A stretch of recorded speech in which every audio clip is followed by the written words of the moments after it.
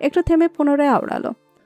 আজ থেকে এই খারাপ আমিটার আর চেহারা দেখতে হবে না আপনাকে, আর না আমার প্যাচাল সহ্য করতে হবে, কারণ আমি জব ছেড়ে দিয়েছি এবং খুব শীঘ্রই দেশটাও ছেড়ে দিব। আজ থেকে আপনি আপনার পথে আর আমি আমার পথে। আই উইশ আমাদের আর কখনো দেখা না হোক। ভালো থাকবেন। আল্লাহ হাফেজ। কথা বলে রাত গলার টাইয়ের নট ঢিলে করতে করতে চলে যায়, আর পেছনে ফেলে গেল স্তব্ধ হওয়া এক রমণীকে। দেখতে দেখতে মিনমায় রাখা ইভেন্টের সেই বিশেষ দিন চলে এসেছে। আজ সব থেকে বেশি খুশি ছায়া, সাথে মিনমায়ের সকল ভক্তরাও। এতগুলো বছর পর প্রিয় গায়কের সাথে সশরীরে দেখা করবে, অটোগ্রাফ নেবে, সেলফি তুলবে, গিফট দিবে, আরও কত কিছু। তাই তো দেশে একটা ছোট্ট হুলস্থুল পরিবেশ তৈরি হয়েছে। মিনমাই স্যাড গানের জন্য বিখ্যাত ছিল, বিশেষ করে মেয়েদের কাছে। যারা ভালোবাসায় ছ্যাঁকা খেত তারা রাতে মিনমাইয়ের গান শুনত, আর প্রিয় মানুষটিকে অনুভব করে চোখে জলে বালিশ ভেজেত। অথচ তারা কেউ এই স্যাড গান গাওয়ার পেছনের রহস্য জানে না। তারা জানেই না তাদের অতি প্রিয় গায়ক মিনমাই আহমেদ রাজও ছ্যাঁকা খেয়ে বাঁকা হয়ে আছে। আর নিজের ভালোবাসাকে না পাওয়ার কষ্ট থেকেই তার এই যাত্রা শুরু। এই নতুন জগতে সে খুব কম সময়ে সবার মন জিতে নিলেও অনেকেই হয়ে উঠেছে তার শত্রু। ভালোর মাঝেও খারাপ রয়েছে, ঠিক তেমনই মিনময় ভক্তদের সাথে কিছু সংখ্যক শত্রুও পেয়েছে। না রাখা কিছু কথা, সময়েরই ঝরা পাথা, দিয়ে যায় শুধু ব্যথা এই বুকে। থেমে যাওয়া সেই গানে, জমে থাকা অভিমানে, বৃষ্টি থামে না দু চোখে। ও মন কাঁদে রে কাঁদে রে কাঁদে রে, স্মৃতি মুছে না। ও মন কাঁদে রে কাঁদে রে কাঁদে রে, স্মৃতি মুছে না। ও আয়না মন ভাঙায় না, যায় না ব্যথা ভোলা যায় না। সয় না এই ব্যথা যে সহে না। আয়না মন ভাঙায় না, যায় না ব্যথা ভোলা যায় না। সয় না এই ব্যথা যে সয় না। বিশাল অডিটোরিয়ামে হাজারো ভক্তদের সামনে মূল স্টেজে নিজের সিগনেচার গিটার নিয়ে গান গাইছে মিস্টার মিনময় আহমেদ রাজ। তার সামনে সকল ভক্তরা গানটা অনুভব করছে। এত এত মানুষের ভিড়ে আলো ছায়া মায়া হারিয়ে যাওয়ার উপক্রম। তাদের জন্য বিশেষভাবে বসার আলাদা করে জায়গা করা হলেও তারা সবার মাঝে এসে মিলেমিশে গেছে। আর ছায়া মেরুন রঙা শাড়ি পরে এসেছে, তার দুপাশে আলো মায়া রয়েছে। চারদিকে ভক্তদের ভিড়ে মিডিয়ার লোকজন, পুলিশ, গার্ডও আছে। আলো আশেপাশে উকিঝুঁকি মেরে তার স্বামীকে খুঁজছে। একসময় পেয়েও গেল। ওই তো স্টেজের পাশে এক জায়গায় বসে থেকে ফোন টিপছে। চারিপাশে কি হচ্ছে না হচ্ছে সেদিক ওনার কোনো ধ্যান নেই। বেরসিক পুরুষ কোথাকার। গান শেষ হওয়ার কিছুক্ষণ পরে মিনময় বসে পড়ল সবাইকে অটোগ্রাফ দিতে। সে হাসি মুখে সবার সাথেই টুকটাক কথা বলছে, অটোগ্রাফ দিচ্ছে, সেলফি তুলছে এবং ভক্তদের নিয়ে আসা উপহারও গ্রহণ করলো। এমনকি তার তরফ থেকে উপহার দেওয়া হলো। পুরো হল জুড়ে তার নাম ধরে চিৎকার, ক্যামেরার ফ্ল্যাশ আর অন্যরকম একটা উন্মাদনা সৃষ্টি হয়েছে। এই আপু, চলো চলো অটোগ্রাফ নিব। ছোট বোনের ঠেলাঠেলি দেখে আলো চোখ মুখ কুচকে বলল, ভাইয়া তো তোকে অটোগ্রাফ দিয়েছে, তাহলে আবার কেন নিবি? ইচ্ছে করছে তাই নিব। তাহলে যা মায়াকে নিয়ে, আমি ওই ভিড়ের মধ্যে গিয়ে চ্যাপ্টা হতে পারবো না। ছায়া বড় বোনকে আর জোর করলো না, মায়াকে বগল দাবা করে নিয়ে সামনে এগিয়ে যেতে লাগলো। Autograph please. চেনা কণ্ঠস্বর শুনে মিনময় মুখ তুলে সামনে দাঁড়ানো রমণীর দিকে তাকায়। ডাবল চান্স নেই মিস, আপনাকে আমি অনেক আগেই অটোগ্রাফ দিয়েছি। আপু ঠিকই বলে, আপনি ভীষণ কিপটে। মিনময় হেসে মেয়েটার হাত থেকে ডায়েরি নিয়ে অটোগ্রাফ দিল। ছায়া নিয়ে আসা একগুচ্ছ লাল গোলাপ এবং একটা ছোট্ট গিফট বক্স বাড়িয়ে দিয়ে ধীর কণ্ঠে বলল, আপনার ভক্তর তরফ থেকে সামান্য গিফট, আশা করছি গ্রহণ করবেন। মিনময় বাধ্য ছেলের মতো সেগুলো নিয়ে নিজের পাশে রাখলো। তারপর ছায়া বায়না করলো সেলফি তোলার। মিনময় চুপচাপ মেয়েটার সাথে হাসি মুখে অনেকগুলো ছবি তুললো এবং স্পেশাল একটা গিফটও দিল। খুব চমৎকার একটা ব্রেসলেটের মাঝে খোদাই করে লেখা আছে MA, যেটা পেয়ে এক মুহূর্তেই ছায়া খুশিতে আত্মহারা হয়ে উঠল। মেয়েটার খুশি দেখে মিনময় ঠোঁট কামড়ে হেসে বাকিদেরকে অটোগ্রাফ দিতে ব্যস্ত হয়ে গেল। দূর থেকে দৃশ্যটা দেখে আলো মুচকি হাসলো। তখন পাশে কারোর অস্তিত্ব অনুভব করে ধীর কণ্ঠে বলল, আজ আমার বোনটা খুব খুশি। আধার ছায়ার দিকে তাকায়। মেয়েটা মায়াকে কিছু একটা বলছে আর হাসতে হাসতে বাম হাতে ব্রেসলেট পড়ছে, যেটা একটু আগে মিনময় দিয়েছে। আপনি অটোগ্রাফ নেবেন না? আলোর কথা শুনে আধার নজর সরিয়ে নিয়ে বিড়বিড় করে বলল, যেখানে প্রতি রাতে বইয়ের থেকে অটোগ্রাফ পাই, সেখানে বন্ধু থেকে অটোগ্রাফ নিয়ে কি করব? অসভ্য লোক কোথাকার। হালো চোখমুখ কুচকে সেখান থেকে সরে গেল। আর আধার মাথা নিচু করে নিঃশব্দে হাসলো। এত এত ভক্তদের অসীম আনন্দের মাঝেও একজনের ঠোঁটের কোণে ক্রূর হাসি লেগে আছে, সাথে সাথে রক্তিম চোখ দুটো জলজল করছে, যেন কিছু একটা করার জন্য সঠিক মুহূর্তের অপেক্ষায় আছে। গাড়ির পোশাক পরিহিত ব্যক্তিটা সকলের ওপর নজর রাখছে এবং মিনময়ের থেকে বেশ দূরত্ব বজায় রেখে এক জায়গায় দাঁড়ায়। এখন শুধু ছেলেটার উঠে দাঁড়ানোর পালা, নয়তো টার্গেট মিস হয়ে যাবে। আর তিনি এই সুযোগ কোনো মতেই হারাতে চান না। অচেনা লোকটাকে বেশিক্ষণ অপেক্ষা করতে হলো না। মিনময় পানি খেতে খেতে উঠে দাঁড়ায়। ভক্তদের সাথে হাত নাড়িয়ে হাসি মুখে কথা বলছে ছেলেটা। ঠিক তখনই ন্যানোসেকেন্ডের মধ্যে গুলির বিকট শব্দে পুরো হলরুম মুহূর্তেই কেঁপে উঠল। ঠাস গুলির বিকট শব্দে অডিটোরিয়ামের হাজার হাজার মানুষের মধ্যে মুহূর্তেই হুলস্থুল আর চিৎকার শুরু হয়ে যায়। মানুষ পাগলের মতো এক্সিট গেটের দিকে দৌড়াচ্ছে। তারা অনেক খেয়ালই করলো না তাদের প্রিয় গায়ককে বাঁচাতে গিয়ে এক রমণী নিজের বুকে বুলেট নিয়েছে। ছায়া! চোখের সামনে নিজের কলিজার টুকরো বোনের রক্তাক্ত দেহ দেখে আলো গলা ফাটিয়ে চিৎকার করে উঠল। অন্যদিকে ছায়ার শরীরটা দুর্বল হয়ে ভেঙে পড়ল। ফ্লোরের শক্ত মেঝেতে ওর নাজুক শরীর স্পর্শ করার আগে মিনময় বাহু ধরে আগলে নিল। ওদিকে লোকটা হতবম্বের মতো দাঁড়িয়ে আছে। সে কাকে গুলি করতে চেয়েছিল আর এখন কে গুলি খেয়ে শুয়ে পড়েছে। পরক্ষণে আবার পিস্তল তাক করলো মিনময়ের দিকে, কিন্তু এবার গুলি করার আগে অন্য গার্ড পুলিশ ছুটে এসে লোকটাকে ঘিরে ধরল। ছায়া, মেয়েটার বুক থেকে গলগল করে তাজা রক্ত বের হচ্ছে। বুলেট ঠিক হৃদয়ের কাছে লেগেছে। মেয়েটার রক্তে মিনময়ের গায়ে থাকা সাদা শার্ট রক্তবর্ণ হয়ে উঠল। ছেলেটার পুরো শরীর কাঁপছে, গলা শুকিয়ে কাঠ হয়ে এসেছে। কিছু একটা বলতে চেয়েও বলতে পারছে না। এই পিচ্ছি মেয়েটা কেন এমন করলো? কেন তাকে বাঁচাতে নিজের জীবনের ঝুঁকি নিল? কে বলেছিল মেয়েটাকে ওর সামনে এসে ঢাল হয়ে দাঁড়াতে? এই মেয়েটার কি নিজের জীবনের প্রতি একটুও মায়া দয়া নেই? অপরিচিত একজনের জন্য কেউ এভাবে নিজের জীবনের ঝুঁকি নিতে পারে? এখন এই মেয়েটার যদি কিছু হয় তখন? না না, সে কিছু হতে দিবে না, কিছু না। ছায়া অস্বাভাবিকভাবে শ্বাস প্রশ্বাস নিচ্ছে। লালচে অশ্রুসিক্ত নয়নে মিনময়ের দিকে তাকিয়ে কিছু বলার চেষ্টা করছে, কিন্তু পারছে না। মিনময় সময় নষ্ট না করে মেয়েটাকে পাজে কোলে তুলে নিয়ে গেটের দিকে ছুটলো এবং অস্থির গলায় বিড়বিড় করতে লাগলো, কিচ্ছু হবে না তোমার, কিচ্ছু হবে না। তীব্র কষ্টের মাঝেও ছায়া হাসলো। সে নিজের রক্তাক্ত বাম হাতটা মিনময়ের গালে রেখে জোরে জোরে শ্বাস নিতে নিতে বহু কষ্টে বলার চেষ্টা করলো, গায়ক সাহেব, আমি আমি আপনাকে হঠাৎই ছায়ার শরীরটা জোরে খিঁচুনিতে উঠল। চোখের পলকে মেয়েটার ঠোঁটের কোণ বেয়ে এক ফোঁটা তাজা গাঢ় রক্ত গড়িয়ে পড়ল। সে আর কোনো কথা বলতে পারল না। তার শরীরটা একদম নিথর হয়ে যায় এবং প্রিয় মানুষটার দেওয়া ব্রেসলেট পরা বাম হাতটা অবহেলায় পড়ে গেল। সঙ্গে থেমে গেল শ্বাস প্রশ্বাস, কিন্তু তার চোখের পাতা দুটো তখনও বন্ধ হলো না। অর্ধেক খোলা পাথরের ন্যায় স্থির চোখ দুটো দিয়ে সে যেন শূন্যের দিকে তাকিয়ে রইল। মিনময়ের পায়ের সাথে ওর হৃদয়ও থমকে যায়। সে চট করে মেয়েটার খোলা কাজল রাঙা রক্তিম চোখের দিকে তাকায়। শেষবারের মতো ছায়ার মায়াবী চোখের কার্নিশ বেয়ে দুফোঁটা নোনা অশ্রুজল গড়িয়ে পড়ল। মেয়েটা নিথর শরীরটা দেখে মিনময়ের চোখ দুটো জ্বলে উঠল। সে তড়িঘড়ি করে মেয়েটাকে নিচে নামিয়ে বুকের মাঝে নিয়ে চিল্লিয়ে ডাকতে শুরু করলো, এই মেয়ে ওঠো বলছি। দেখো, আমার সাথে একদম নাটক করবে না। আমি জানি তুমি আমাকে ভয়ে দেখার জন্য ইচ্ছে করে এমন করছো। এই ওঠো বলছি। প্রত্যুত্তরে কোনো জবাব এলো না, শুধু মেয়েটার আঁখি জোড়াই খোলা রয়ে যায়। Oh God, no please say it, please কিছু একটা বলো। এই ছায়া, ওঠো বলছি, ড্যামিট। রমণীর রক্তে ভেজা শরীরটাকে ঝাঁকুনি দিয়ে চিৎকার করে উঠল মিনময়। ওর রক্তিম এক চোখ বেয়ে অশ্রু গড়িয়ে পড়ল মেয়েটার মলিন মুখের উপর। তবুও কোনো রকম সাড়া দিল না ছায়া, কারণ সে বহু আগেই আকাশের বাসিন্দা হয়ে গেছে। তাদের সামনে ধপ করে হাঁটু ভেঙে বসলো আলো।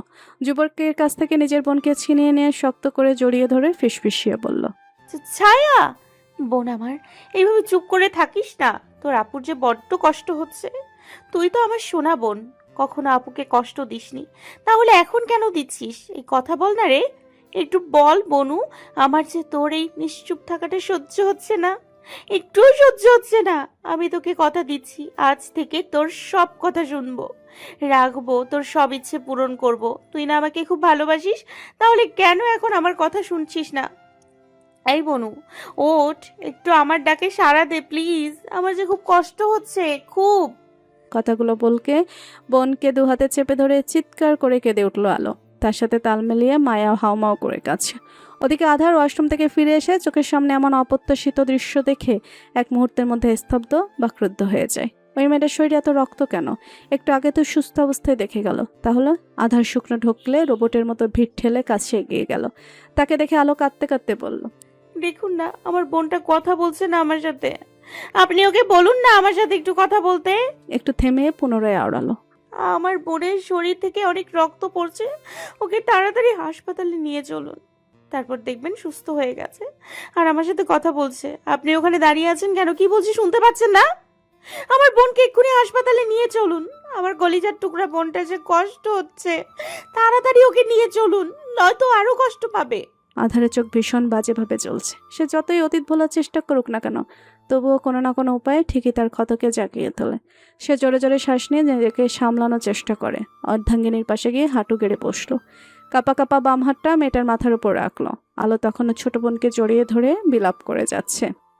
ওর শরীর থেকে যত রক্ত পড়েছে সবটা আমি দিব, তবু ওকে হাসপাতালে নিয়ে চলুন। আপনার দুটো পায়ে পড়ি স্যার, আমার বোনটাকে বাঁচিয়ে দিন। ছায়াবিহীন আলো থাকবে কিভাবে? আমার ছায়াকে চাই, ওকে ফিরিয়ে আনুন, প্লিজ ফিরিয়ে আনুন, আমার বোনকে চাই। শেষের বাক্যগুলো নিভু নিভু গলায় বলে আলো। বুকের মাঝে লেপ্টে থাকা ছোট্ট শরীরটাকে একটু আলগা করে ঝুঁকিয়ে এসে বোনের পুরো চেহারায় পাগলের মতো ঠোঁটছিয়ে বিড়বিড় করলো, একটু সাড়া দে বোন, একটু সাড়া দে বোন আমার। তোর আপুর দমটা যে বন্ধ হয়ে আসছে। তুই কবে থেকে এত পাষাণ হলি রে? বড় বোনের কষ্ট দেখেও চুপ করে আছিস। আমার ছায়া তো এতটা স্বার্থপর ছিল না, কিন্তু তুই তো একটা স্বার্থপর মেয়ে বেরোলি। একবারের জন্য আমাদের কথা ভাবলি না? এই ছায়া ওঠ, নয়তো আমি তোর সাথে কখনো কথা বলবো না। এতটা পাষাণ হোস না। ভালোবাসি তো তোকে, তোর আপু অনেক অনেক ভালোবাসে। এখন তুই বল, তুই আমাকে ভালোবাসিস? এই বল না রে। এত এত কথা বলার পরেও ছায়া নিশ্চুপ। আলো উম্মাদের মতো কাঁদতে কাঁদতে একসময় জ্ঞান হারিয়ে লুটিয়ে পড়ল স্বামীর বুকের মাঝে। আধার অর্ধাঙ্গিনীকে আগলে নিয়ে চোখ বুজে নিল। ওরও কষ্টে বুকটা ফেটে যাচ্ছে। কি থেকে কি হয়ে গেল ভাবতেও দম আটকে আসছে। আজকের এই সুন্দর রাতটা এমন ভয়ঙ্কর, নিশ্চিততম না হলেও পারত। ছায়ার জীবনের সাথে সাথে তার না বলা কথা, অনুভূতিগুলো থেমে গেল। মেয়েটার বলা আর হলো না সে তার গায়ক সাহেবকে কতটা ভালোবেসেছিল এবং চেয়েছিল। হয়তো ছেলেটা কখনো জানবেও না তাকেও কেউ একজন নিঃস্বার্থের মতো ভালোবেসেছিল, যার শেষ পরিণাম বড্ডই নিষ্ঠুর। সর্বশেষে ঝরে পড়ল একটি ফুল এবং পৃথিবী থেকে এক নিমেষে মুছে গেল একটি মেয়ের নিষ্পাপ প্রাণ। অদূরে লোকালয়ের কোথাও একটা থেকে ভেসে এলো কিছু গানের লাইন। फिर अगर मुझे तो कभी न मिले हम सफर मेरा तो बनाने बना फसले से मेरा प्यार होगा ना कम तू न होगा कभी अब जुदाए मैंने तेरा नाम दिल रख दिया मैंने तेरा नाम दिल रख दिया ढका तो मुझ में सदा मैंने तेरा नाम दिल रख दिया तेरा भस्ते कभी मेरा है प्यार ना होगा काम। ধীরে ধীরে কুয়াশার পাতলা পর্দা ভেদ করে দিগন্তে উকি দিল এক টুকরো কাঁচা সোনা রোদ। সেই প্রথম আলো যখন ঘাসের ডগায় জমে থাকা শিশির বিন্দুগুলোর উপর পড়ল, মনে হলো যেন সবুজ মখমলের উপর হাজারটা হিরে জ্বলজ্বল করছে। শিউলি আর বকুল ফুলগুলো রাতের বেলা ঝরে পড়েছিল বাগানে। তাদের সুবাস ভোরের বাতাসে মিশে চারপাশটাকে এক স্বর্গীয় শান্তিতে ভরিয়ে দিয়েছে। এত শান্তিময় স্নিগ্ধ সকালের মাঝে একজন রমণী তট্টার করে ঘেমে চলেছে। দুহাতে বিছানা চাদর খামচে ধরে ঘন ঘন মাথায় এদিক ওদিক নড়াচড়া করছে। অজানা কারণে মেয়েটার সর্বাঙ্গ থরথর করে কাঁপছে। অস্ফুট সুরে কিছু একটা বিড়বিড় করছে। তখনও বাইরে থেকে মৃদুস্বরে গানের লাইন ভেসে আসছে। গানটা হঠাৎই বন্ধ হয়ে যায় এবং সঙ্গে সঙ্গে রমণী গলা ফাটিয়ে চিৎকার করে উঠল, ছায়া! এক লাফে শোয়া থেকে উঠে আলো হাঁপাতে হাঁপাতে কেঁদে উঠল। ও চিৎকার শুনে নিচ থেকে আধার হন্তদন্ত হয়ে ছুটে আসে। মেয়েটার এমন অবস্থা দেখে তড়িঘড়ি করে কাছে এসে দুগালে হাত রাখতেই আলো হাউমাউ করে কাঁদতে কাঁদতে বলল, ওই লোকটা আমার বোনকে মেরে ফেলেছে। ওই লোকটা আমার বোনের হৃদয়ে গুলি মেরেছে। আপনার বন্ধুর জন্য আমার বোনটা শেষ হয়ে গেল। আমি আমি কাউকে ছাড়বো না, দুজনেকেই মেরে ফেলবো। ওরা আমার নিষ্পাপ বোনকে মেরে দিয়েছে। মেয়েটার কথা শুনে আধা চমকে উঠে বলল, এসব কি বলছো তুমি? মাথা ঠিক আছে? তোমার বোন মরবে কেন? ও তো বেঁচে আছে, নিজের বাড়িতে আছে।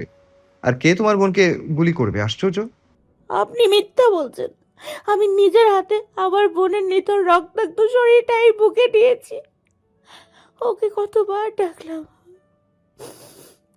কিন্তু আমারটাকে একটু সাড়া দিল না। ওখানে আপনিও তো ছিলেন, এখন মিথ্যা বলছেন কেন? আধার ব্যাপারটা বুঝতে পেরে মেয়েটাকে শান্ত করানোর চেষ্টা করে বলল, রিল্যাক্স, তোমার বোনের কিচ্ছু হয়নি, ও একদম সুস্থ আছে। আর তুমি হয়তো কোনো বাজে স্বপ্ন দেখেছো, তাই এমন মনে হচ্ছে। তুমি একটু চারদিকে তাকিয়ে দেখো, আমাদের রুমে আছো। আর তুমি গতকাল সন্ধ্যায় সিঁড়ি থেকে পড়ে জ্ঞান হারিয়েছিলে। তারপর হাসপাতালে থেকে ভোর রাতে তোমাকে নিয়ে এসেছি। আর ওখান থেকে আসার সময় শুনেছিলে একজন মেয়ে নিজের ভালোবাসার মানুষকে বাঁচাতে গিয়ে নিজেই মারা গেছে। হয়তো ওই ঘটনার জন্য তুমি দুঃস্বপ্ন দেখেছো। একটু মনে করার চেষ্টা করো, গতকাল কোথায় ছিলে তাহলে বুঝতে পারবে। স্বামীর কথা শুনে আলো তড়িঘড়ি করে নিজের কপালে হাত রাখলো। সেখানে ছোট্ট করে ওয়ান টাইম ব্যান্ডেজ করা। শরীর থেকে কমফোর্টার সরিয়ে ডান পায়ের প্লাজো হাঁটুতে তুলে দেখে সেখানেও ব্যান্ডেজ করা। তার মানে লোকটা ঠিক বলেছে, কিন্তু তার বিশ্বাস হচ্ছে না, তাই সে বিচলিত কণ্ঠে বলল, আমার বোনের কাছে যাব, আমাকে এক্ষুনি নিয়ে চলুন। তোমার শরীর ভালো নেই, আর এই অবস্থায় কোথাও যেতে পারবে না। মুহূর্তে আলো চেঁচিয়ে উঠল, তার মানে আপনি এতক্ষণ মিথ্যে বললেন? আমাকে দেখে আপনার পাগল মনে হয়? আধার নিজের কপাল চেপে ধরল।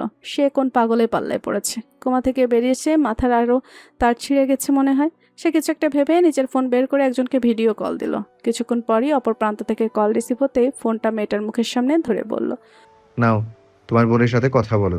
ফোনের স্ক্রিনে ছোট বোনের ঘুমান্ত চেহারা ভেসে উঠতেই আলোর কান্না দ্বিগুণ হলো। সাত সকালে বড় আপুকে কাঁদতে দেখে ছায়ার সব ঘুম হাওয়া হয়ে গেল। সে তড়িঘড়ি করে উঠে বসে চিন্তিত গলায় বলল, কি হয়েছে আপু, তুমি কাঁদছো কেন? সব ঠিক আছে তো?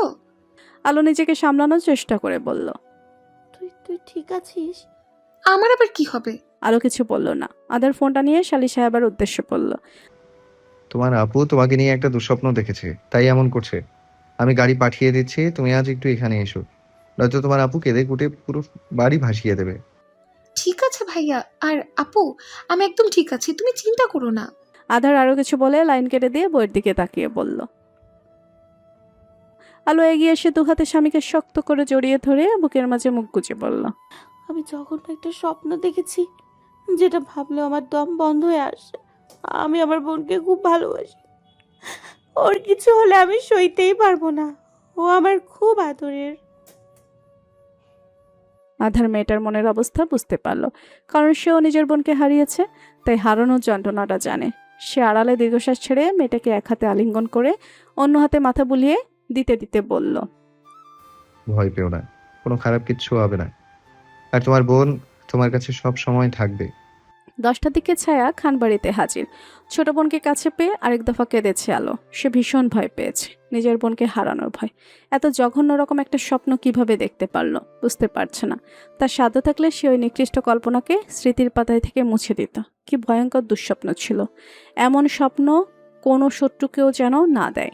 মেয়েটা গতকাল সিঁড়ি বেয়ে পড়ে যাওয়াতে আজ পুরো সিঁড়িতে কার্পেট বিছিয়ে নিয়েছে আধার। এই তিরিং বিরিং করা মেয়েটার হাত পা এখনও কন্ট্রোল করতে পারল না। সবসময় কিছু না কিছু অঘটন ঘটিয়ে বসে থাকবে। আজ খুব সকালবেলায় তিথি এসেছে মাকে দেখতে, আর সেই রুমে বসে গান শুনছিল, আর সেগুলো মেয়েটা কল্পনা করছিল। ছায়া নিজেতে আপুকে খাবার ও ওষুধ খাইয়ে দিল। আলো মুখ মুছিয়ে ধীর কণ্ঠে বলল, গায়ক মৃন্ময় আহমেদ রাজের অনুষ্ঠানে যাবি না তুই? বড় বোনের কথা শুনে ছায়া চমকে উঠল, অবাক কণ্ঠে শুধালো, কেন আপু? আমি না করছি তাই। কিন্তু কোনো কিন্তু নয় ছায়া, তুই ওই লোকটার থেকে দূরে থাকবি। আলো শুনেছে ভোরের স্বপ্ন মাঝে মধ্যে সত্যি হয়, তাই সে নিজের বোনকে নিয়ে কোনো রকম ঝুঁকি নিতে চায় না। আমার খুব ইচ্ছে ছিল আপু ওনার সাথে আবারও দেখা করার। ছায়ার কথা শুনে আলো গম্ভীর কণ্ঠে বলল, ওনাকে ভুলে যা। সম্ভব নয়। উনি কখনোই তোর হবে না। তোদের মাঝে বয়সের অনেক তফাৎ। ছায়া কিছুক্ষণ চুপ থেকে বলল। মাত্র 12-13 বছরই তো গ্যাপ। আলোর রাগ হলো ভীষণ। এমনিতেই অশান্তিতে আছে, তার উপর এই মেয়েটা আবার তেড়ামি শুরু করেছে। সে দাঁতে দাঁত চেপে বলল, ওই লোকটাকে হাজারো মেয়ে চায়। এত এত বড় লোক পরিবারের সুন্দরী মেয়েদের রেখে তোর মতো একটা সাধারণ মেয়েকে উনি ভালোবাসবেন? এটা ভাবাও বোকামি। গিয়ে দেখ, ওনার ভালোবাসার মানুষ অলরেডি আছে, তাই তো নিজের ফ্যানদের দিকেও তাকায় না। আর আমি শুনেছি উনি অন্য একজনকে ভালোবাসেন, সেখানে তোর কোনো অস্তিত্ব নেই। বেশি বাড়াবাড়ি করলে বাবাকে বলে তোর বিয়ের ব্যবস্থা করব, তখন এমনিতেই সব আবেগ বেরিয়ে যাবে। ছায়া মাথা নিচু করে ঠোঁট কামড়ে কান্না আটকিয়ে রাখার বৃথা চেষ্টা করছে। একই সাথে আপু কথাগুলো শুনে বুকটা ফেটে যাচ্ছে। তার মানে তার প্রিয় মানুষটারও ভালোবাসার মানুষ আছে। একতরফা ভালোবাসা এত কষ্টদায়ক কেন? সে কেন ওই মরিচিকাকে নিজের মন দিতে গেল? আর তার আপু তো ঠিক কথাই আজ বলছে, এত এত মেয়ে থাকতে কেন তাকে পছন্দ করবে? কি আছে তার? কিছুই নেই। সে তো খুবই সাধারণ একজন মেয়ে, বেশি স্মার্টও নয়। এই লোকটার সাথেও তাকে মানাবে না। সে শুধু শুধু এতগুলো বছর ধরে চাঁদকে পাওয়ার স্বপ্ন দেখে এসেছিল, যেটা বাস্তবে কখনো সম্ভব নয়। ছায়া দীর্ঘশ্বাস ছাড়ল, তারপর ধীর কণ্ঠে বলল, আমি বিয়ে করতে চাই আপু, তুমি বাবাকে বলে আমার বিয়ে দেওয়ার ব্যবস্থা করো। স্বামী সংসার পেলে নিশ্চয়ই ভুলে যাব নিজের অবাধ্য অনুভূতিকে। আলো আনমনে বলল, রাত ভাইয়া যদি ভালো হতো তাহলে তোকে আমার যা বানিয়ে এই বাড়িতেই নিয়ে আসতাম, তখন দুবনে একসাথে থাকতে পারতাম। ছায়া কিছুক্ষণ চুপ থেকে বলল, তুমি চাইলে বাবার কাছে রাত ভাইয়ার কথা বলতে পারো। অসম্ভব। বাবা যদি ওই লোকটার ব্যাপারে জানে তাহলে আমাকে মেরে ভর্তা বানিয়ে দেবে। আমি চাই আধার স্যারের মতো কেউ তোর জীবনে আসুক, যার প্রথম ও শেষ ভালোবাসা শুধুই তুই হবি। তোর দুলাভাইয়ের মতো তেড়া, গুরুগম্ভীর, বদরাগী, হিটলার স্বভাবের না হলেই হবে। তোর জীবনে এমন কেউ আসুক যে শুরু থেকেই তোকে চাইবে এবং ভালোবাসবে, কোনো রকম কষ্ট যেন তোকে ছুঁতে না পারে। আর এমন একটা মানুষকে আমি চিনি যে তোকে ছোটবেলা থেকেই ভালোবাসে, কিন্তু কখনো প্রকাশ করেনি। বড় বোনের বলা শেষের কথাটা শুনে ছায়া চমকে উঠল। আস্ফুট স্বরে জানতে চাইল। কে? আলো হেসে বলল, সিক্রেট। আগে বাবা মাকে তোর বিয়ের বিষয় বলি, তারপর এটা নিয়ে কথা বলবো। ওনারা যদি রাজি হন তারপরেই তোকে বলবো। ছায়া কিছু বলল না, শুধু আড়ালে দীর্ঘশ্বাস ছাড়ল। তার সারা জীবন একটা আফসোসই রয়ে যাবে। সে তার প্রথম প্রেম, প্রথম ভালোবাসার মানুষকে পেল না। তবে সে মন থেকে দোয়া করে তার না পাওয়া প্রিয় মানুষটা ওনার ভালোবাসার মানুষটির সাথে সুখে থাকুক এবং সংসার করুক। যেখানে দুই তরফা ভালোবাসায় অনেক পূর্ণতা পায় না, সেখানে তার তো একতরফা ভালোবাসা, ওখানে পূর্ণতা পাওয়া বিলাসিতা। আর যদি মানুষটা হয় সামর্থ্যের বাইরে, তাহলে তো কোনো কথাই নেই। বোনকে চুপ করে থাকতে দেখে আলো মাথায় হাত বুলিয়ে দিয়ে বলল, একটা কথা জেনে রাখ, তোর আপু কখনো তোর খারাপ চাইবে না। আমি যা করব সবটা তোর ভালোর জন্যই। ছায়া হাসল, আপুকে জড়িয়ে ধরে কাঁধে মুখ গুজে ফিসফিসিয়ে বলল, নিজের থেকেও বেশি তোমাকে বিশ্বাস করি আপু। আলো মনে মনে স্বস্তি নিঃশ্বাস ছেড়ে বোনকে আদর করে দিল। ছায়া কিছুক্ষণ বসে থেকে গল্প করে বাইরে চলে গেল এবং তখনই আধার ভেতর প্রবেশ করে গম্ভীর কণ্ঠে বলল, তুমি কিন্তু এটা ঠিক করছো না। কি করলাম? আমি জানি ছায়া মৃন্ময়কে ভালোবাসে। তো ছায়ার মতো হাজারো মেয়ে আপনার বন্ধুকে ভালোবাসে, সেখানে এটা স্বাভাবিক। আমি চাই মৃন্ময়ের জীবনে ছায়া আসুক। কিন্তু আমি চাই না। কেন? মৃন্ময় কোন দিক দিয়ে খারাপ? উনি ভক্তদের সাথে সাথে নিজের জীবনে কম শত্রু তৈরি করেননি। আমি আমার বোনকে এমন কারোর হাতে দিব না যেই মানুষটা আগে থেকেই অন্য কাউকে ভালোবাসে। আর আপনার বন্ধুর সাথে আমাদের পরিবারে যায় না। দেখা যাবে আমার মতো আমার বোনটাও সমাজে শুনতে পাবে নিজের রূপ দেখিয়ে বা কালা জাদু করে বড়লোক পরিবারের ছেলেকে ফাঁসিয়ে বিয়ে করেছে। আমি যেসব সহ্য করেছি সেসব আমার বোনটা সহ্য করুক, এটা আমি চাই না। ও যেমন সাধারণ তেমন সাধারণ মানুষের কাছেই দিব, তখন কেউ খোঁটা দিতে পারবে না। আর আপনার বন্ধুর পরিবারও আমার বোনকে মেনে নেবে না। ওদের মধ্যে বয়সেরও তফাৎ রয়েছে, তাই আমি সব দিক থেকে বিবেচনা করেই এই সিদ্ধান্ত নিয়েছি। আশা করছি আপনি শুধু আপনার বন্ধুর দিকটা দেখবেন না, আমার বোনের দিকটাও দেখবেন। আধার কিছুক্ষণ চুপ থেকে বলল, তুমি কবে থেকে সমাজ মানতে শুরু করলে?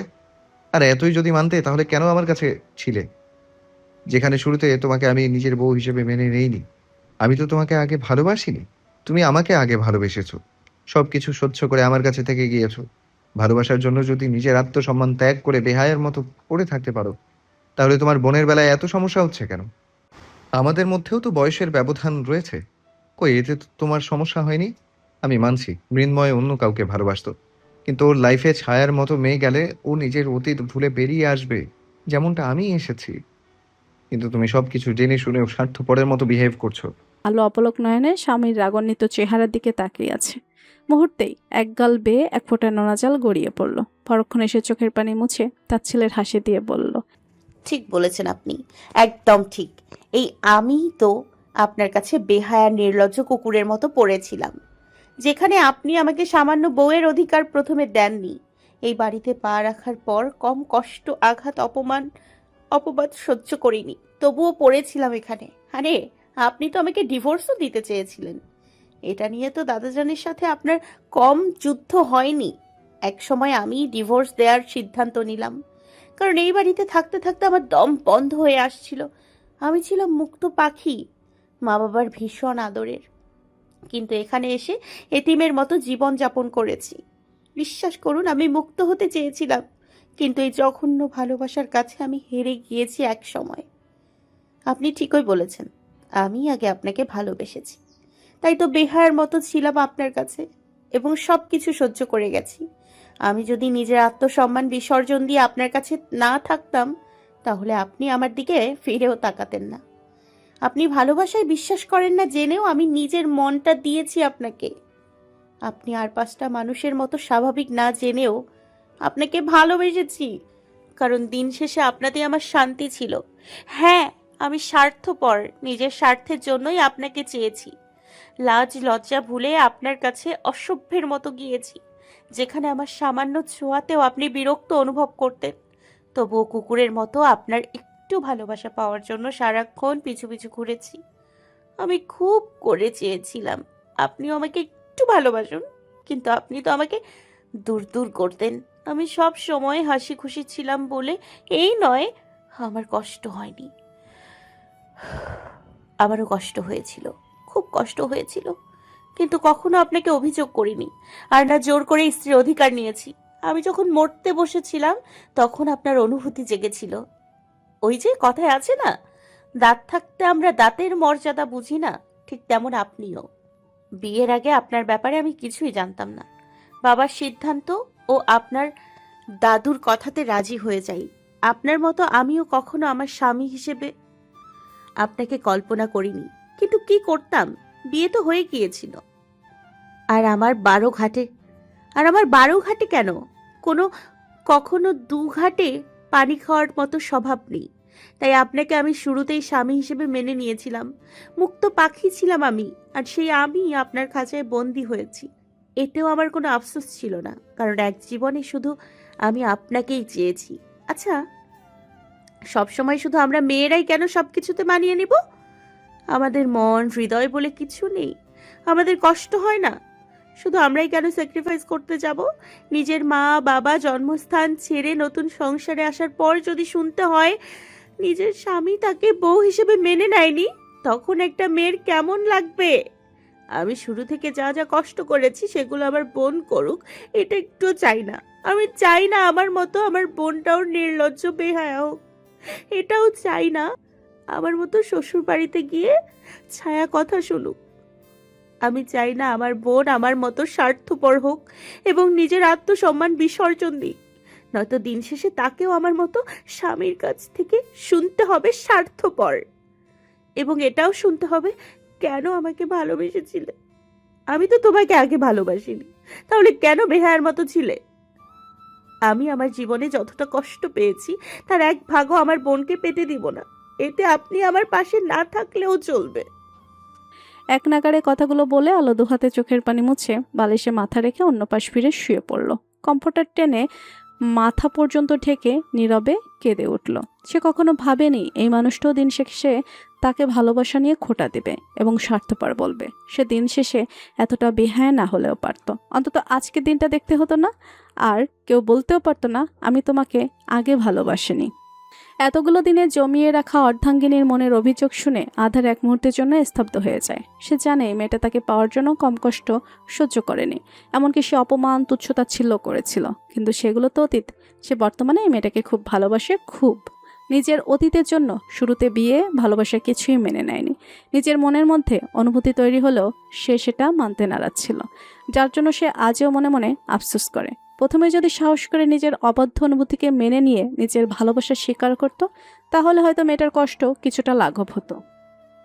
আধার দীর্ঘশ্বাস ছেড়ে অর্ধাঙ্গিনীর পাশে বসে দেয়ালের মাঝে নজর রেখে শান্ত গলায় বলল, আমি শুধু তোমাকে বাস্তবতা বোঝাতে চেয়েছিলাম। তুমি তোমার ভালোবাসা পাওয়ার জন্য অনেক কিছু করেছো, আমি সেটাকে ছোট করছি না। তুমি আমার জীবনে না এলে আমি কখনোই এই নতুন জীবনটা পেতাম না। আমি সত্যি তোমার উপর কৃতজ্ঞ। সব কিছু জেনে শুনেও আমাকে ভালোবেসেছো। আমি তোমাকে শুরুতে অনেক কষ্ট দিয়েছি, তার জন্য সরি। আমি তো আর আমাদের অতীত বদলাতে পারবো না, তবে বর্তমান ও ভবিষ্যৎ শুধুই তোমাকে চেয়ে যাব, ভালোবেসে যাব। একটু থেমে পুনরায় আওড়ালো, আমি অন্য কারোর জন্য নিজের সংসারে অশান্তি চাই না। তুমি যদি চাও তোমার বোন নিজের ভালোবাসা ভুলে অন্যকে বিয়ে করে নিক, তাহলে সেটাই হবে। আমি তোমাদের মধ্যে আসবো না। মৃন্ময় একজনকে অনেক ভালোবেসেছিল, কিন্তু মেয়েটা ওকে ধোকা দিয়ে অন্য একজনকে বিয়ে করে নেয়। তারপর থেকে ছেলেটা আমার মতোই ছন্ন ছাড়া। সাহস করে দ্বিতীয়বারের মতো কাউকে ভালোবাসতে পারিনি। বলতে পারো ওর বিশ্বাস উঠে গেছে। আমি শুধু চেয়েছিলাম ওর জীবনটাও আমার মতো সুন্দর হোক। ও বলেছিল আমায়, তোমার মতো যদি কাউকে পায় তাহলে নিজেকে আরেকটা বার সুযোগ দেবে। সে সময় সর্বপ্রথম তোমার বোনের কথা মনে হয়েছিল। আমি আড়াল থেকে দেখেছি ছায়ার চোখে মৃন্ময়ের প্রতি ভালোবাসা। তোমার পরিবারের সাথে আমার এত মেলামেশা না থাকলেও তোমাদের রক্তের ওপর সম্পূর্ণ বিশ্বাস রয়েছে। যেখানে বড় বোন নিজের ভালোবাসার জন্য এত কিছু করতে পারে এবং মন প্রাণ দিয়ে ভালোবাসতে পারে, সেখানে নিশ্চয়ই ছোট বোনের ভালোবাসায় কোনো খান থাকবে না। আমি হয়তো স্বার্থপরের মতো কথা বলছি, কিন্তু কি করব বলো, আমি নিরুপায়। প্রত্যুত্তরে আলো কিছু বলল না, শুধু চুপচাপ শুনে গেল। একটু পর খেয়াল করলো তার উপর থেকে কম্পিউটার গায়েব হয়ে গেছে, আর সে স্বামীর কোলের ওপর। আধার মেয়েটার কান্না ভেজা চেহারার দিকে তাকিয়ে থেকে আলতো হাতে চোখের পানি মুছে দিয়ে কপালের মাঝে ভালোবাসার পরশ সেঁকে দিল। তুমি যেটা চাও সেটাই হবে। আমি কোনো রকম বাধা দিব না, তবুও মনে কষ্ট পেও না। আলো নাক টেনে মুখ সরিয়ে নিয়ে বলল, আমি কষ্ট পেলে আপনার কি? বুকের মাঝে বড্ড ব্যথা করে। আলো কিছু না বলে সরাসরি মানুষটার দিকে তাকায়। চোখ জোড়া ভীষণ লাল হয়ে আছে, সুন্দর মুখখানাও কেমন শুকিয়ে গেছে। আলোর হঠাৎই লোকটার অতীতের কথা মনে পড়ল। সে আবেগের বশে একটু বেশিই বলে ফেলেছে। এখানে তো লোকটার কোনো দোষ নেই, সে তো সবকিছু জেনে শুনেই ভালোবেসেছে, কাছে থেকেছে। কারণ দিন শেষে এই লোকটাই ওর শান্তির কারণ ছিল, আর এখন তার ভালোবাসা সার্থক। সে যাকে খুব করে চেয়ে এসেছিল, আজ তাকে পেয়েছে। হয়তো একটু দেরিতে, কিন্তু শেষটা একটু বেশিই সুন্দর ছিল। আর সেও চায় না কোনো কারণে তাদের মধ্যে অশান্তি হোক। আলো তপ্ত শ্বাস ফেলে স্বামীর বুকের মাঝে মাথা রাখলো। শান্তি, এটাই তো তার একমাত্র শান্তির জায়গা। এত এত কষ্ট করার পর যদি এই মুহূর্তটা পেতে হয়, তাহলে সে নির্দ্বিধায় আবারও একই আগুনের মধ্যে ঝাঁপ দিবে। নিজের মনকে এটা বলে সান্ত্বনা দিতে পারবে, অবশেষে সে নিজের ভালোবাসার মানুষটিকে পেয়েছে, যে কিনা তাকেও পাগলের মতো ভালোবাসে। দিন শেষে মেয়েরা একটু যত্ন, একটু বিশ্বাস ও একটু ভালোবাসার কাছে গলে যায়। যেমনটা সে নিজের প্রিয় পুরুষকে পেয়ে অতীতের সব কষ্ট ভুলে গিয়েছিল, কিন্তু আজ না চাইতেও সব কথা বেরিয়ে এসেছে।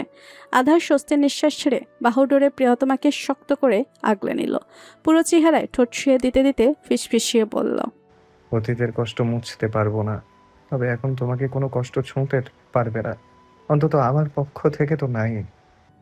আমিও এখন থেকে নিজের আবেগকে কন্ট্রোল করব, যাতে দ্বিতীয়বার আমাদের বর্তমান ও ভবিষ্যতের মধ্যে অতীতের কোনো কথা না আসে। আধার মুস্কি হেসে অর্ধাঙ্গিনীকে জড়িয়ে ধরে কাঁধে মুখ গুজে ধীর কণ্ঠে বলল, মাঝে মধ্যে ঝামেলা হলে মন্দ হয় না। ঠিকই বলেছেন। নেক্সট টাইম ঝামেলা করে বাপের বাড়িতে চলে যাব, তখন আপনি থাকেন ঝামেলার সাথে। নো প্রবলেম জ্যান। এই আধার খানও তার শ্যামা পাখির পাখা ধরে উড়ে উড়ে শ্বশুর বাড়ি চলে যাবে। আচ্ছা, আপনি আমাকে শ্যামা পাখি বলে ডাকেন কেন? কারণ তুমি সারাক্ষণ কিচিরমিচির করো এবং শ্যামা পাখির মতো মিষ্টি কণ্ঠস্বরে গান গাও, যেটা শোনো মাত্রই ড্রাগসের মতো নেশা ধরে যায়। কিন্তু আপনি তো আগে এই গান গাওয়া নিয়ে ভার্সিটিতে বকাবকি করতেন, একবার তো গিটারও ছিনিয়ে নিয়েছিলেন। তোমাকে দেখে কিছু না হলেও তোমার কণ্ঠস্বর, হাসি, পাগলামি মনের মধ্যে অদ্ভুত অনুভূতি জাগিয়ে তোলে। আমি যেদিন তোমার গান শুনতাম সেদিন রাতে ঘুমোতে পারতাম না, বারবার কানের কাছে তোমার কণ্ঠস্বর ভেসে বেড়াতো। এজন্যই পছন্দ করতাম না তোমার গান গাওয়া। আলো সোজা হয়ে দুহাতে স্বামীর গলা জড়িয়ে ধরে বলল, আরও অনেক মেয়েই তো গাইতো, ওদের বেলাতেও আপনার এমন ফিল হতো? আধা চকমক কুচকে বলল, হোয়াট ননসেন্স! আমি তুমি ব্যতীত অন্য মেয়েদের গান শুনি। প্রয়োজনে কানে হেডফোন গুঁজে রাখতাম। আলো সরু চোখে তাকিয়ে শুধালো। তার মানে আপনি আমাকে আগে থেকেই পছন্দ করতেন? মোটেও না, তুমি আমার ভীষণ অপ্রিয় ছিলে। আর এখন? এখন আমার পুরো জীবনটাই তুমি। আলো হেসে বুকের মাঝে মুখ গুজে ফিসফিসিয়ে বলে ওঠে। আর আপনি আমার অক্সিজেন। বিকেলের দিকে ছোট বোন ও টুনাটুনিকে নিয়ে বাগানে বসে আছে আলো। ছায়া আজকের রাতটা এখানে থাকবে এবং পরের দিন ফিরে যাবে। মেয়েটাও খরগোশের মতো পাশে বসে থেকে গাজর চিপাচ্ছে। তিনজনকে দেখে একই দলের বললে ভুল হবে না। তাদের থেকে দূরে দাদা নাতি বসে থেকে গল্প করছে ও চা খাচ্ছে। মানুষটা কথা বলার ফাঁকে ফাঁকে তার দিকে তাকাতেও ভুলছে না। আলো এসব দেখে আনমনে হেসে চায়ের কাপে চুমুক দিতে দিতে বলল, তুই যথেষ্ট বড় হয়েছিস আর নিজের ভালো মন্দ বোঝার জ্ঞান রয়েছে, তাই আমি সব কিছু তোর ওপর ছেড়ে দিলাম। আমি কখনোই নিজের সিদ্ধান্ত তোর ওপর চাপানোর চেষ্টা করব না, কারণ দিন শেষে আমার বোনের সুখই আমার সুখ। ছায়া বড় বোনের পাশে বসে থেকে দোল খাচ্ছিল আর গাজর চিবোচ্ছিল। তখন কথাগুলো শুনে কপাল কুঁচকে গেল। জানতে চাইল, কোন বিষয়ে বলছো? তোর বিয়ের ব্যাপারে। আমার জন্য হুট করে সিদ্ধান্ত নিতে হবে না।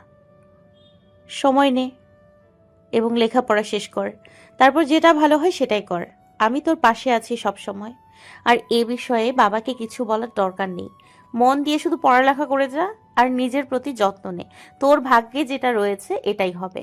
আর সব কিছু ওপরওয়ালার উপর ছেড়ে দে। আশা করছি উনি তোকে নিরাশ করবেন না। যা করবে ভালোর জন্যই। আর তুই চাইলে ইভেন্টে যেতে পারিস, আমার এতে কোনো আপত্তি নেই। আসলে একটা বাজে স্বপ্ন দেখে একটু বেশি রিয়েক্ট করে ফেলেছিলাম, তার জন্য তখন মানা করেছি। কিন্তু এখন বলবো, তুই তোর মতো করে জীবনটাকে উপভোগ কর। আর পারলে নিজের মনের কথাগুলো বলে দেওয়ার চেষ্টা করিস, নয়তো সারা জীবন অনুভূতি না প্রকাশ করার জন্য আক্ষেপ থাকবে। এরপর যা হবে সেটা না হয় দেখা যাবে, তবুও মনে মনে একটু হলেও স্বস্তি পাবি। নয়তো প্রতিনিয়ত গুমড়ে গুমড়ে মরবি। অবাধ্য ভালোবাসাই যেমন। ছায়া কথাগুলো শুনে ভাবুক হয়ে পড়ল। সে চায় তার গায়ক সাহেবকে, খুব করে চায়, কিন্তু এই চাওয়া যে ওর সাধ্যের বাইরে। এখন কি করবে ও? কি করা উচিত? আলো চায়ের কাপে শেষবারের মতো চুমুক দিয়ে উঠে দাঁড়ায়। উদ্দেশ্য ছিল একটা গোলাপ ছিঁড়ার, কিন্তু সামনে পা বাড়াতে হঠাৎ মাথাটা চক্কর দিয়ে উঠল। তড়িঘড়ি করে এক হাতে মাথা চেপে ধরে দোলনায় বসলো। আজকাল শরীরটা অদ্ভুত লাগছে, সাথে মন মেজাজও। তুমি ঠিক আছো? মেয়েটাকে মাথা ধরে বসতে দেখে আধার তড়িঘড়ি করে ছুটে এসে জিজ্ঞেস করলো। আর পিছু পিছু সোবান খানও এসে জানতে চাইলেন। কোনো সমস্যা হচ্ছে? পাশ থেকে ছায়া বড় আপুর হাত ধরে বলল, তুমি ঠিক আছো আপু? আলো নিজেকে সামলিয়ে নিয়ে আস্তে করে বলল, আমি ঠিক আছি, শুধু একটু মাথা ব্যথা করছে। সোভান খান নাতির উদ্দেশ্যে বললেন, মেয়েটাকে ঘরে নিয়ে যাও, একটু আরাম করুক। ওনার বলতে দেরি হলো। নিজের বুকে পাজা কোলে তুলে নিয়ে ভেতরের দিকে যেতে একটুও দেরি হলো না আধারে। এই দৃশ্যটা দেখে ছায়া হেসে বলল, ভাইয়া আপুকে অনেক ভালোবাসে, তাই না দাদু? সোবান খান আরেক নাতনির পাশে বসতে বসতে বললেন, তোমার আপু আমার তেরা নাতিকে খুবই ভালোবাসে। ছায়া আবারও হাসলো, প্রত্যুত্তরে বলল, তারা দুজন দুজনকে অসীম ভালোবাসে দাদু। আর এই ভালোবাসায় যেন কারো নজর না লাগে। তারা দুজন সারা জীবন একে অপরের পাশে এমন করেই থেকে যাক। নিজের ভালোবাসার মানুষটার সাথে সংসার করার সৌভাগ্য আর কতজন মেয়ের হয়? সবাই যদি পূর্ণতা পেত তাহলে হয়তো আর জীবনে কোনো আফসোস বলে কিছুই থাকতো না। তবে এত অপূর্ণতার মাঝেও এমন পূর্ণতা দেখতে ভালোই লাগে। সোবান খান মাথা নাড়িয়ে বললেন, ভালোবাসা সুন্দর। ভয়ঙ্কর সুন্দর। রাত ওই দিনের পর আর অফিসে যায়নি, বরং দেশ ছেড়ে যাওয়ার প্রস্তুতি নিচ্ছে। অস্ট্রেলিয়া থেকে একটা কোম্পানিতে কাজের অফার পেয়েছে, আর সে ওখানেই যাচ্ছে। পরিবারের সবার সাথে এই বিষয় নিয়ে কথা বলা হয়ে গেছে। আধার প্রথমে আপত্তি জানায়, কারণ সে ভাবছে তার ছোট ভাই দেশের বাইরে গেলে আবারও বিগড়ে যাবে। কিন্তু রাত কথা দিয়েছে, সে আর এসবের মধ্যে নিজেকে জড়াবে না। একবার যে এই পথ থেকে ফিরে এসেছে, এই পথে চলার কোনো প্রশ্নই ওঠে না। আধার শেষবারের মতো ছোট ভাইকে বিশ্বাস করেছে। দেখা যাক রাত কতটুকু ওর কথা রাখতে পারে। তাহমিনা খান আজকাল নিজের ঘর থেকে আর বের হন না। বলতে গেলে নিজের এক পা হারিয়ে বিছানায় পড়ে থেকে অনুশোচনায় ভোগেন। ওনাকে দেখার জন্য আলাদা করে দুজন মহিলা থাকলেও আলো মাঝে মধ্যে এসে শাশুড়ি মায়ের সেবা করে যায়। হাজার হোক শাশুড়ি বলে কথা, সে তো আর ফেলে দিতে পারবে না, আর না ওনার মতো বাজে ব্যবহার করতে পারবে। তিথি এসে সারাদিন থেকে রাতের বেলা চলে গিয়েছে চট্টগ্রামে। তাকে তিহান নিতে এসেছিল। মেয়েটা এখন আর হোস্টেলে থাকে না, বরং শ্বশুর বাড়িতে থাকে এবং ওখানে সুখেই আছে। কোথায় যাচ্ছ? ডিনার শেষে ওয়াশরুম থেকে ফ্রেশ হয়ে বেরিয়ে এসে দেখে আলো বড় পুতুলটা বগল দাবা করে খুঁড়িয়ে খুঁড়িয়ে হেঁটে বাইরে যাচ্ছে। তখন আধার উপরোক্ত প্রশ্নটি করে। আলো থেমে গিয়ে পাশে তাকিয়ে বলল, ছায়ার কাছে কেন? নাচতে। জবাব শুনে আধার বিরক্ত হয়, গমগমে গলায় আওড়ালো। যা করার এখানেই করো, অন্য কোথাও যেতে হবে না। আলো কিছুক্ষণ চুপ থেকে বিড়বিড় করে বলল, এখন যদি গরম গরম রসগোল্লা বানিয়ে খাওয়ান তাহলে যাব না কোথাও। অপেক্ষা করো, বানিয়ে আনছি। কথা বলে আধার রুম থেকে চলে গেল আর আলো গিয়ে সোফায় বসলো। প্রায় অনেকক্ষণ পর আধার বইয়ের জন্য রসগোল্লা বানিয়ে নিয়ে এলো। এতে আলো মুহূর্তেই খুশি হয়ে যায়। সে একটা মিষ্টি নিয়ে স্বামীর উদ্দেশ্য বলল, খাবেন? খাবেন? হুম, তুমি খাও। আলো আর কিছু না বলে খেতে শুরু করলো। 5টার মতো মিষ্টি খেয়ে বাদবাকি রেখে থম মেরে বসে থাকলো। তাকে এভাবে বসে থাকতে দেখে আধারে কপাল কুঁচকে গেল। কাছে এসে জিজ্ঞেস করলো, কি হলো, মিষ্টি ভালো হয়নি? আলো কিছু না বলে তড়িঘড়ি করে উঠে দাঁড়ায়। তখনই ঘটিয়ে ফেললো এক অঘটন। স্বামীর গায়ের উপরেই বমি করে দিল। আধা চমকে মেয়েটার দোকালে হাত রেখে অস্থির গলায় শুধালো, তুমি ঠিক আছো? শরীর খারাপ লাগছে? আলো স্বামীর নোংরা টি শার্টের দিকে তাকিয়ে অসহায় কণ্ঠে বলল, সরি, আমি ইচ্ছে করে এমনটা করতে চাইনি। ডোন্ট সরি, আমার এতে কোনো যায় আসে না। কথা বলে মেয়েটাকে নিয়ে সে ওয়াশরুমে চলে গেল। আলো চোখে মুখে পানি দিয়ে বিড়বিড় করে বলল, আজ থেকে আমার মিষ্টি খাওয়া বন্ধ। আমি চাইলেও আর এনে দিবেন না। আধার টি শার্ট খুলতে খুলতে জবাব দিল, মিষ্টির দোষ না, সব দোষ তোমার আর দাদাজানের। আরো বেশি বেশি করে খাও বাইরের জিনিস, তারপর পেট খারাপ করে নিয়ে বসে থাকো। বললেই হলো সব দোষ আপনার মিষ্টির। ঠিক আছে ম্যাডাম, মানলাম সব দোষ আমার মিষ্টির। এখন চলুন, আরাম করবেন। আলো কিছু না বলে স্বামীর সাথে বাইরে এলো। তারপর বিছানায় শুয়ে বুকের মাঝে মাথা রেখে শান্ত গলায় বলল, কিছুদিনের জন্য বাবার বাড়িতে যেতে চাই। সুস্থ হয়ে নাও তারপর। ঠিক আছে। তখন বাজে রাত 2টা। এ সময় সবাই গভীর ঘুমে মগ্ন থাকলেও ছায়ার চোখে ঘুম নেই। আজ যেন মেয়েটার সব ঘুম হারিয়ে গিয়েছে। সে তো নির্জন বারান্দায় এসে একা দাঁড়িয়ে থেকে আকাশের চাঁদ দেখছে। হালকা বাতাসে উঠছে খোলা চুল। মেয়েটাকে একটু অগোছালো লাগছে, হয়তো কিছু একটা নিয়ে ভাবছে। একসময় সকল পিনপতন নীরবতা ভেঙে রমণী উদাস মনে বলে উঠল, আপনাকে পাবো না যেন ভালোবাসলাম। আপনি ঠিক ওই নীল আকাশের চাঁদের মতো, যাকে শুধু দেখা যায়, ছোঁয়া নয়। আপনিও ঠিক তেমনই, আমার সাধ্যের বাইরে গায়ক সাহেব, যাকে ছায়া কোনো দিনও নিজের করে পাবে না। হয়তো আমাদের এটাই ভবিতব্য। রাতের আজ ফ্লাইট। সে রুমে নিজের সকল জিনিসপত্র গুছিয়ে নিয়ে ওয়াশরুম থেকে রেডি হয়ে বেরোলো। তখন আধার এসে বলল, আরেকবার ভেবে দেখ, দেশ ছেড়ে না গেলে হতো না।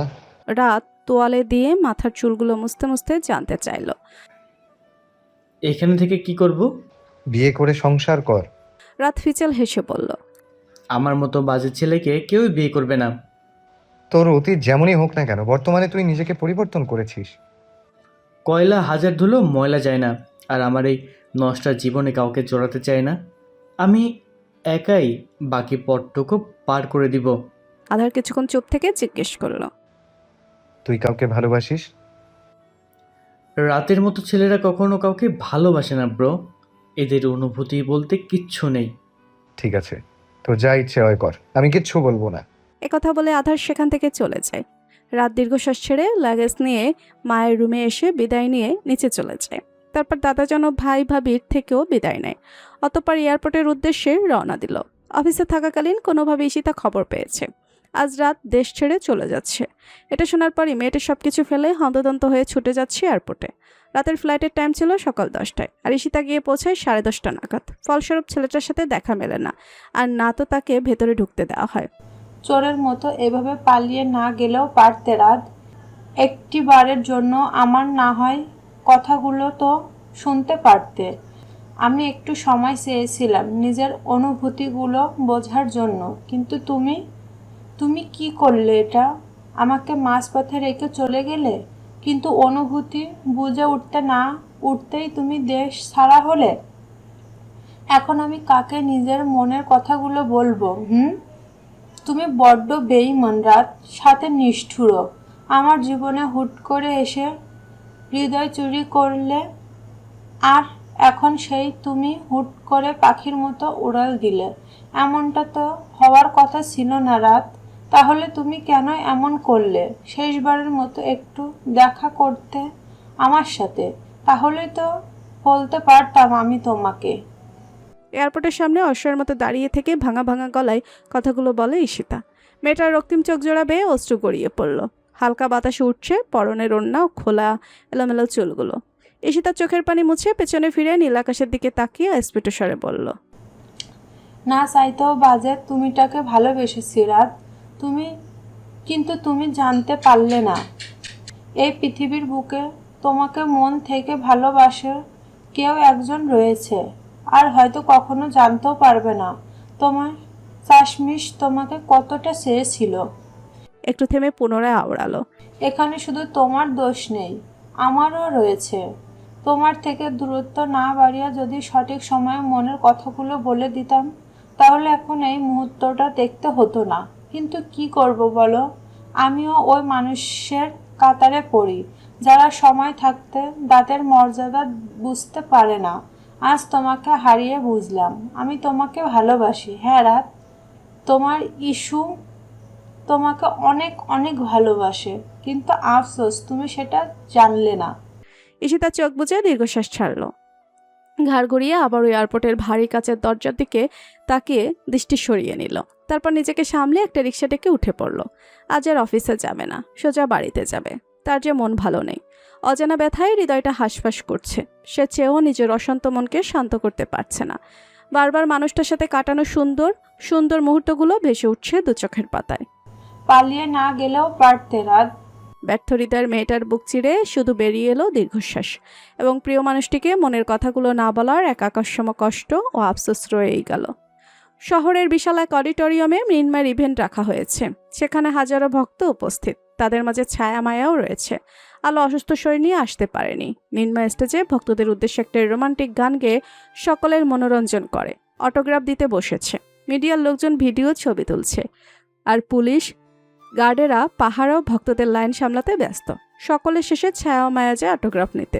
মৃন্ময় হেসে ছায়ার মাথায় একটা সাদা পাথরের ক্রাউন পরিয়ে দিয়ে বলল, তোমাকে একদম প্রিন্সের মতো লাগছে।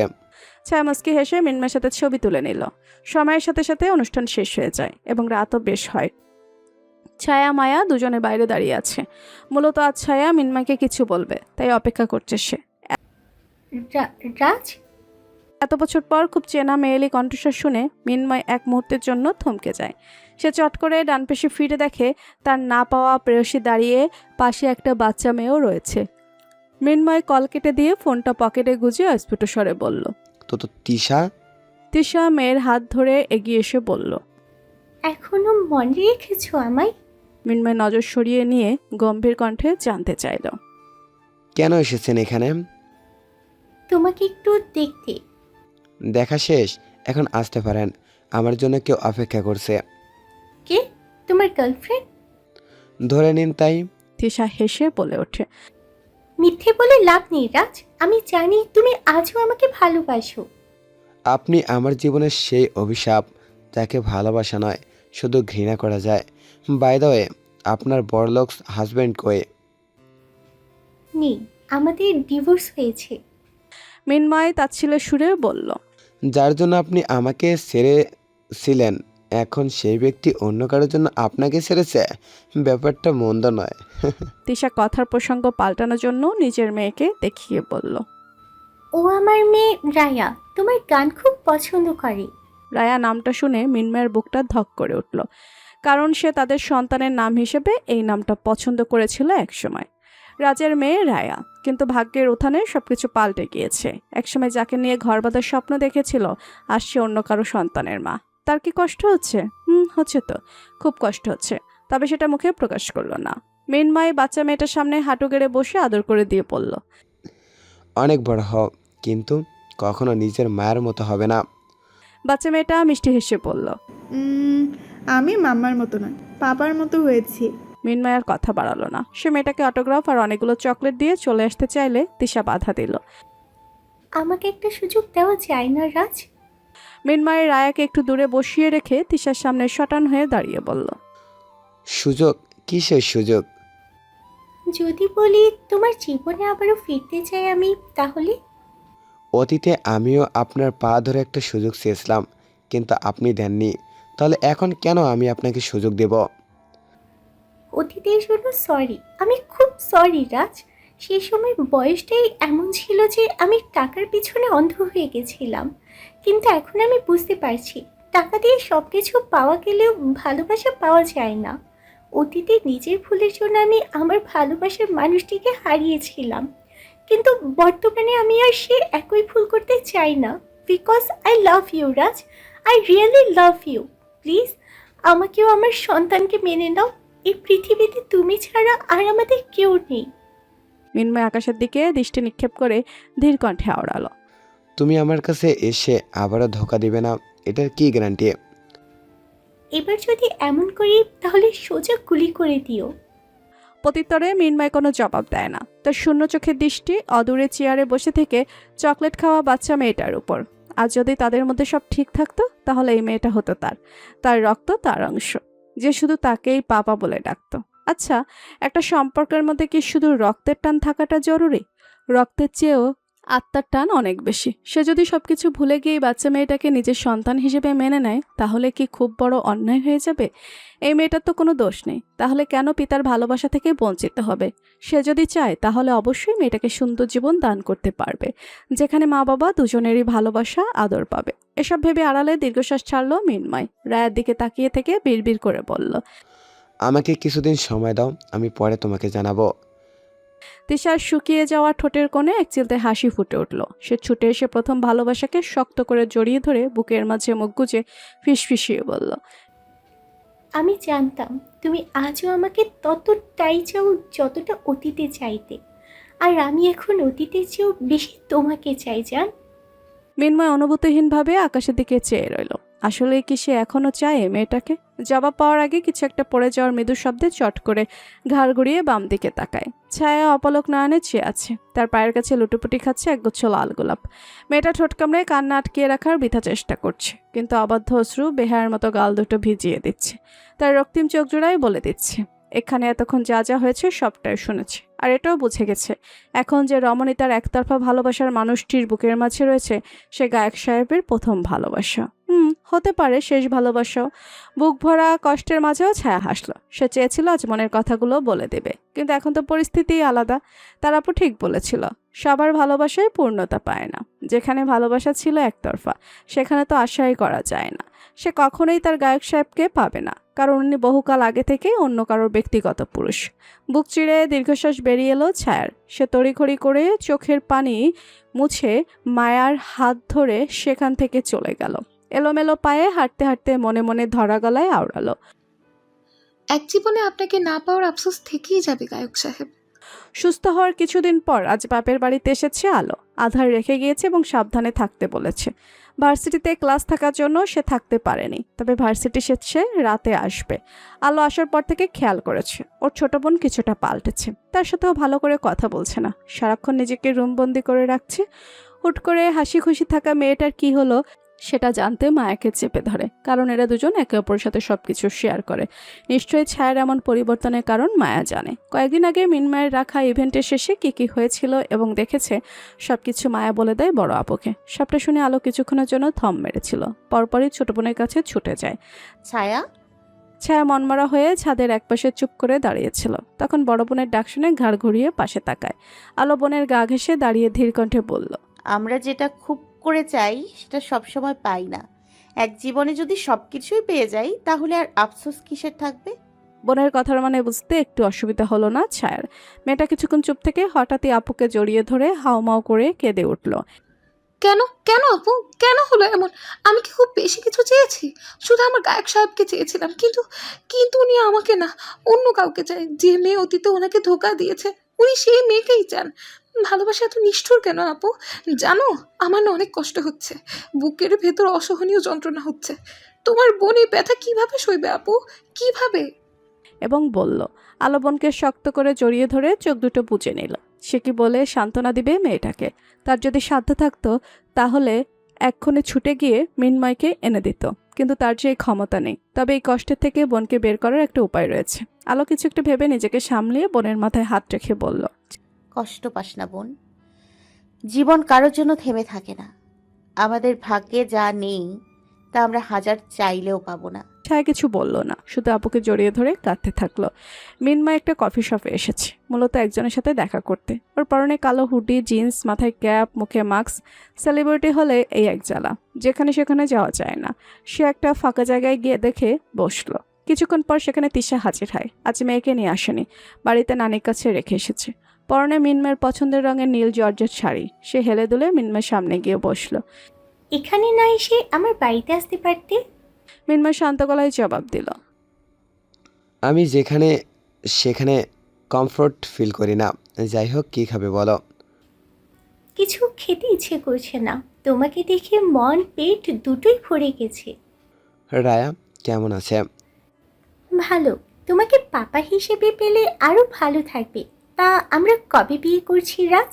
মিনময় প্যান্টের পকেট থেকে একটা চেক বের করে টেবিলের উপর রেখে পড়ল। মেয়েকে মানুষ করতে তোমার যত টাকা প্রয়োজন সেটার অ্যামাউন্ট এখানে লিখে ব্যাংক থেকে তুলে নিও। আমি সাইন করে দিয়েছি। তিশা অবাক কণ্ঠে শুধালো। মানে? মানে এই যে আমি তোমার জীবনে ফিরছি না। তুমি আমার অতীত ছিলে, কিন্তু বর্তমান ও ভবিষ্যৎ অন্য কেউ। আমি শুধু রায়ের জন্য সময় চেয়েছিলাম। মেয়েটাকে পৃথিবীর সব সুখ এনে দিতে পারলেও পিতার সুখ দিতে পারবো না। তুমি চাইলে অন্য কাউকে বিয়ে করতে পারো, যে তোমাকে এবং তোমার সন্তানকে ভালোবাসবে। কিন্তু আমি তোমাকে চাই রাজ। আমি কোনো বেঈমানকে চাই না তিশা। মিনময় সোজা সবটা জবাব শুনে তিশা অসহায় কণ্ঠে বলল। অতীত ভুলে আবার নতুন করে জীবন শুরু করা যায় না? না, যায় না, অন্তত আমার পক্ষে সম্ভব নয়। তুমি যতই আমার সামনে নিজের আত্মসম্মান দেখাতে চাও না কেন, তবুও আমি জানি তুমি আজও আমাকে ভালোবাসো। যদি তাই হতো তাহলে ওই দিনেই তোমার কাছে ছুটে যেতাম, যেদিন তোমার সো কল্ড স্বামী তোমাকে ছেড়ে গিয়েছিল। আমি আমার অতীত ভুলে জীবনে এগিয়ে গিয়েছি, আর এখন এই মৃণয়ের জীবনে অতীতের কোনো চিহ্ন নেই। আমার পুরো অস্তিত্ব জুড়ে তুমিও নেই। তুমি শুধু ছিলে আমার খারাপ অতীত মাত্র। এই নতুন জীবনে তোমার কোনো ঠাঁই নেই তিশা। অতীতে যেভাবে আমাকে ভুলে গিয়েছিলে এখনও সেভাবে ভুলে যাও, কারণ এখন আমি তোমার রাজ নই, শুধু গায়ক মৃণয় আহমেদ ওরফে MA। এতটা না পরিবর্তন হলেও পারতে রাজ। মিনময় তার ছেলের সুরে আওড়ালো। এই তুমি আমাকে বদলাতে বাধ্য করেছিলে। তিশা চেক বইয়ের পাতার দিকে তাকিয়ে থেকে বিড়বিড় করে বলল। শেষবারের মতো তোমার প্রথম ভালোবাসাকে একটা সুযোগ দেওয়া যায় না? মিনময় চেয়ার ছেড়ে উঠতে উঠতে বলল। মৃণয় কাউকে সেকেন্ড চান্স দেয় না। তাহলে বিয়ে করছো না কেন? মিনময় চলে যেতে চেয়েও থেমে গেল। পেছনে ঘাড় ঘুরিয়ে তিশার চোখের দিকে তাকিয়ে ধীর কণ্ঠে বলে উঠল। আগামী সপ্তাহে আমার বিয়ে, তোমার দাওয়াত রইল। অবশ্যই আসবে, কিন্তু সঠিক সময়ে বিয়ের কার্ড পৌঁছে যাবে তোমার বাড়িতে। আলো দুপুরের দিকে গোসল করে ড্রয়িং রুমে এসে দেখলো টেবিলের উপর একটা বিয়ের কার্ড রাখা রয়েছে। এটা দেখে কপাল কুঁচকে গেল। গলা উঁচিয়ে মায়ের উদ্দেশ্যে জিজ্ঞেস করলো। এটা কার বিয়ের কার্ড মা? আলোয়া রহমান ডাইনিং টেবিলের উপর খাবার সাজিয়ে রাখতে রাখতে বললেন।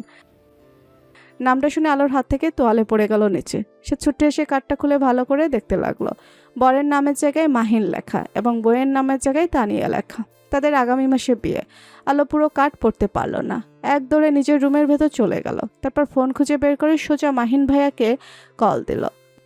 কেমন আছিস ছোট্ট কবুতর? মামাতো ভাইয়ের কথা শুনে আলো অস্থির গলায় শুধালো। তুমি বিয়ে করছো?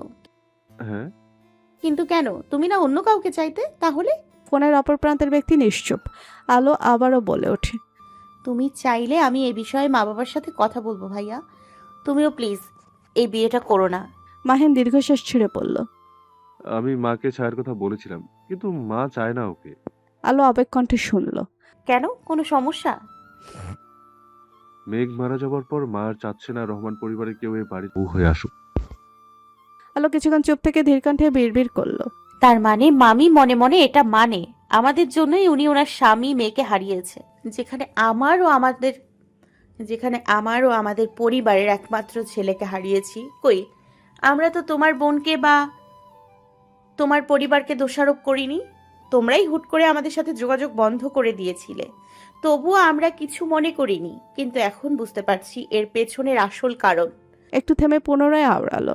এখন বলো তুমি কি চাও? আমার জীবনে মা বলতে আর কেউ নেই। বাবাকে হারিয়েছি, কিন্তু মাকে হারাতে পারবো না।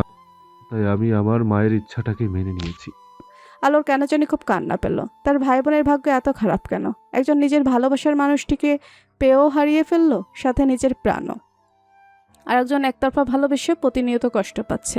তার কাছে একটা শেষ উপায় ছিল বনের কষ্ট কমানোর জন্য, কিন্তু এখন সেটাও আর নেই। সে কোনো মতে কান্না গিলে খেয়ে ধরা গলায় পড়ল। নতুন জীবনের অনেক অনেক শুভেচ্ছা ভাইয়া, দোয়া করি আগামী জীবন তোমাদের সুখের হোক। আচ্ছা, ভালো থেকো, আল্লাহ হাফেজ। একথা বলে লাইন কেটে দিয়ে ফোনটা বিছানার উপর ছুঁড়ে মারল। দুহাতে মাথার ভেজা চুল খামচে ধরে নীরবে কেঁদে দিল। তার বোন কি কখনো সুখের মুখ দেখবে না? কেউ কি তাকে একটুও ভালোবাসবে না? মেয়েটার ভাগ্যে কি ভালোবাসা বলে কিছু নেই? তার মতো যদি ওর বোনটাও প্রিয় মানুষটিকে পেত, তাহলে কতই না ভালো হতো। অন্তত জীবনে ভালোবাসা না পাওয়ার আফসোস থাকতো না। তার ভাই বোনদের ভাগ্য এত নিষ্ঠুর না হলেও পারত। মিনময় সন্ধ্যাবেলা বাড়িতে ফিরে মায়ের দিকে তাকিয়ে বলে উঠল, পাত্রী দেখা শুরু করো, 1 সপ্তাহের মধ্যে বিয়ে করব। ছেলের কথা শুনে মারুফ আহমেদ চমকে উঠলেন। তিনি কিছু বলতে যাবেন, তার আগে মীরা ভিডিও কলের ওই পাশ থেকে বলল, সত্যি তুমি বিয়ে করবে ভাইয়া?